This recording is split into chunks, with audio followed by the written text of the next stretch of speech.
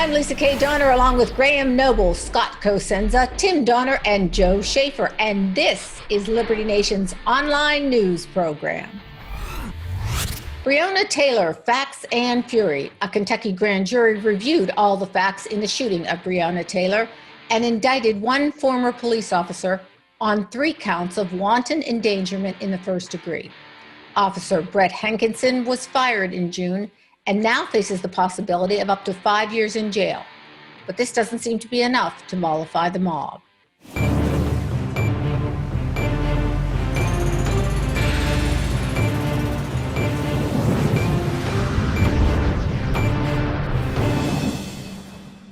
Breonna Taylor, Facts and Fury. A Kentucky grand jury reviewed all the facts in the shooting of Breonna Taylor, and one officer was indicted, a former police officer, on 3 counts of wanton endangerment in the first degree. Officer Brett Hankinson was fired in June and now faces the possibility of up to 5 years in jail.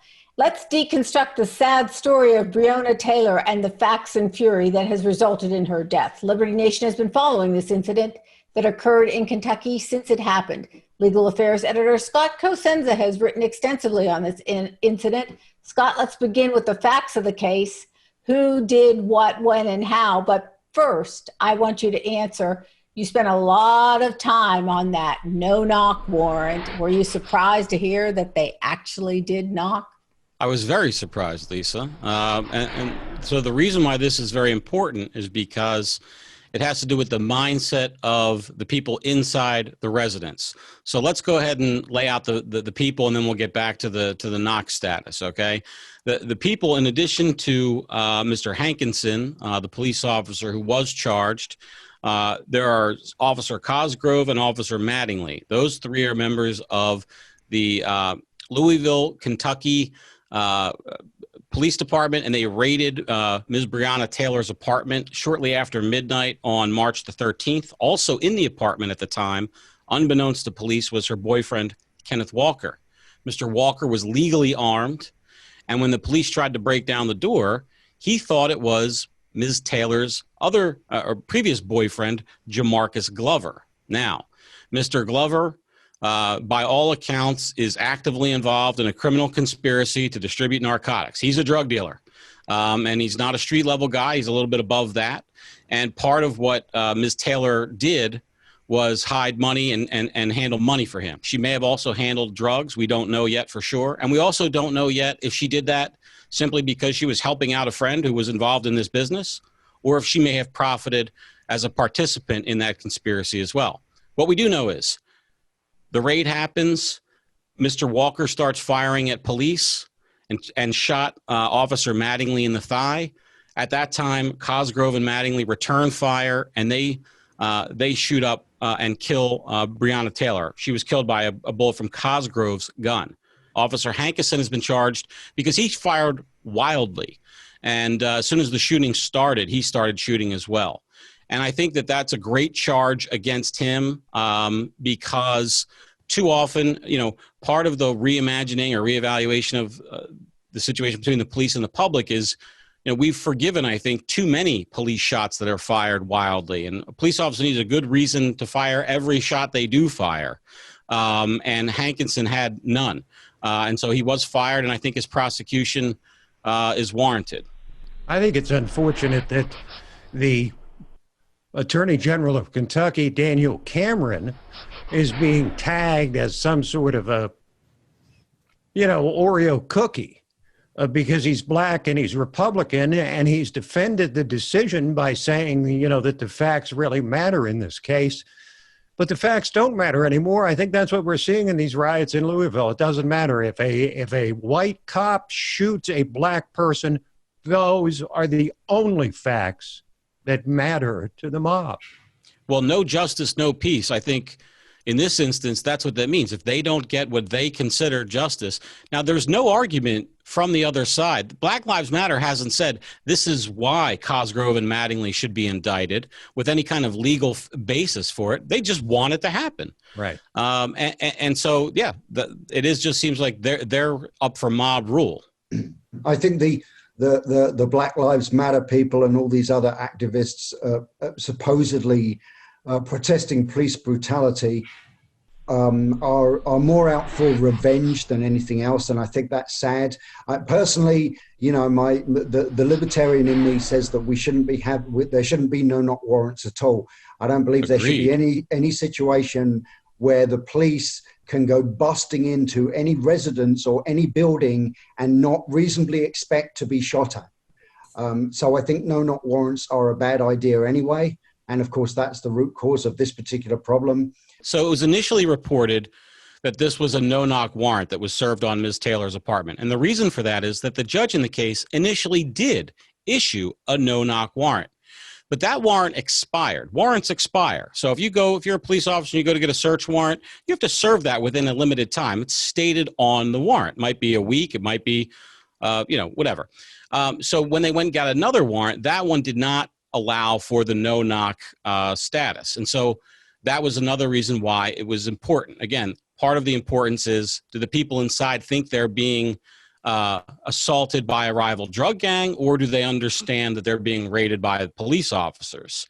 So that's why it becomes a vital question. But in this case, Graham, there is a civilian witness who was on the scene, another tenant in the building who heard police rap on the door and several times announced their presence.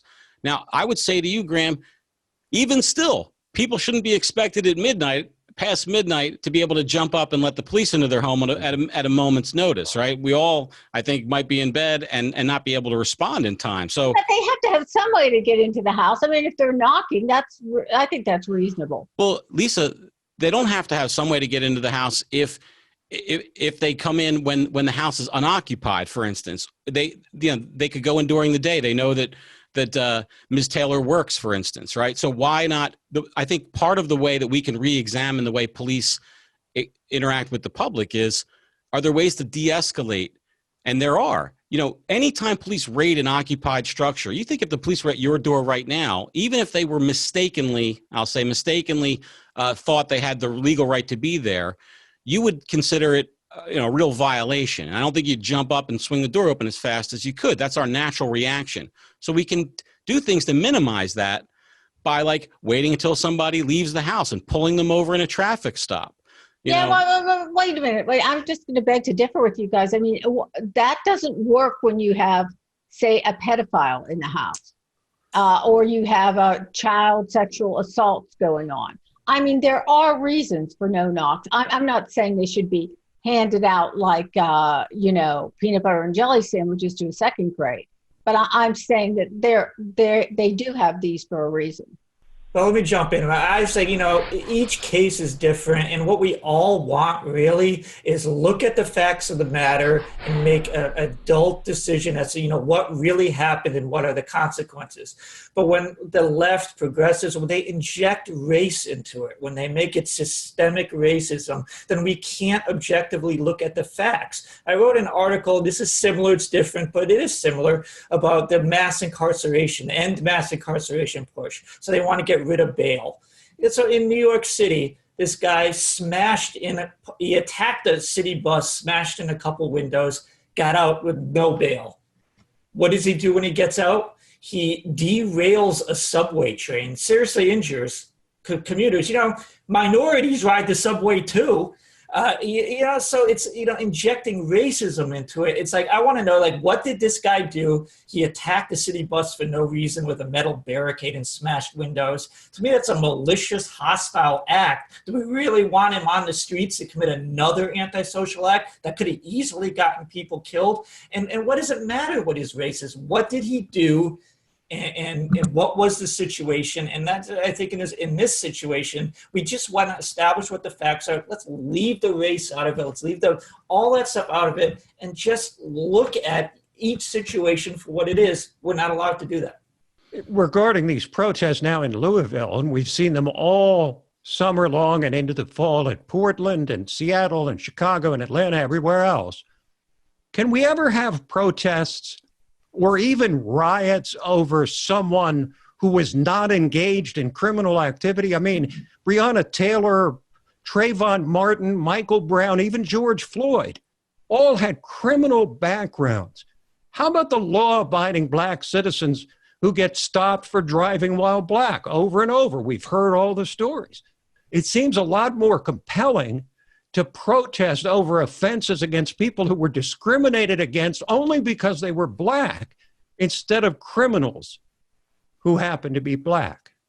Well, first of all, I'd like to clarify the fact that, yeah, I was actually aware that in this particular case, the police did actually knock. I guess it's the, I have a thing for no-knock warrants, and I kind of went off on a little bit of a tangent there, but I was aware of the situation in that case. I do happen to agree with what Tim is saying there. Now, obviously, we can't take the point of view that just because somebody has a criminal past, that somehow anytime they get into an altercation with the police and they get shot, well, they had it coming because they were a criminal anyway. But nevertheless, I think Tim's is a kind of a relevant point.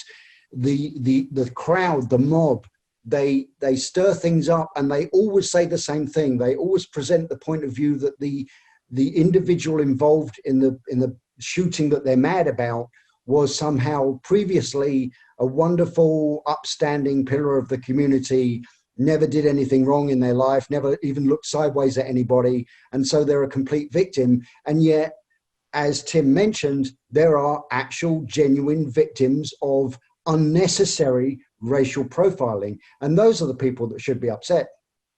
Agreed, but the mob doesn't seem to want to let the facts get in the way of its narrative. I actually heard a commentator on Fox yesterday try to make the case that Kentucky law is the problem here. Well, if you shoot a cop first, and the shooter says he did just that, he pulled out his gun, right? You can damn sure expect the cops to shoot back. I mean, one cop was injured by the gunman, and this is a problem. In most of these situations, the assailant is either resisting arrest, running away from the cops, reaching for a weapon. When you do that, you can expect bad things to happen. In this case, Mr. Walker had every reason to think that the person bashing down his door after midnight was a criminal intent to do him harm, and not the police, if he didn't hear them say police. And I think it's reasonable to assume that a person who's ready for bed doesn't hear, hasn't heard that. And that's why the knock and announce requirement exists, by the way, is to prevent this kind of thing. And that's for daylight searches. That's for searches that happen at 3 p.m., not searches that happen after midnight. All right, apparently they opened the door and this guy was in a firing stance. They battered the door down with a battering ram, is what they did. And he thought that somebody was invading his apartment. That wasn't the police, certainly. Then that's why he shot them. I think that this is part of the problem, is that the protesters lack the capacity for nuance here. It's possible that both Mr. Walker's shots and the police officer, not Mr. Hankinson, whose shots were not reasonable, to be sure, but that both Mr. Walker's shots were reasonable and police officer Cosgrove's and police officer Mattingly's shots, returning fire, were also reasonable. The tragedy of the situation is the warrant service as it happened, as I see it. I personally think that these people were up to no good. Otherwise, I don't think the police would be knocking or not knocking, no matter what time of day. And therein lies the problem.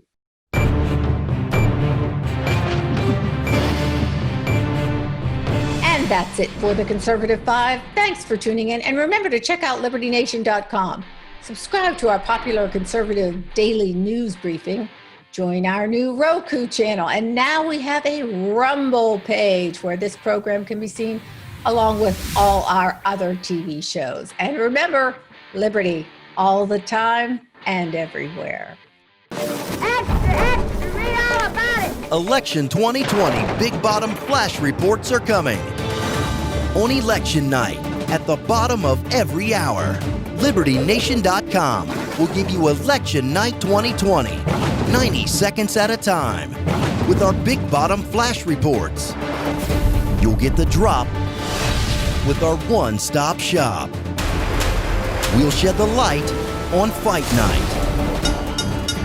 Tune into LibertyNation.com on election night for our Big Bottom Flash Reports at the bottom of every hour. 90 glorious seconds for everything you need to know without the spin.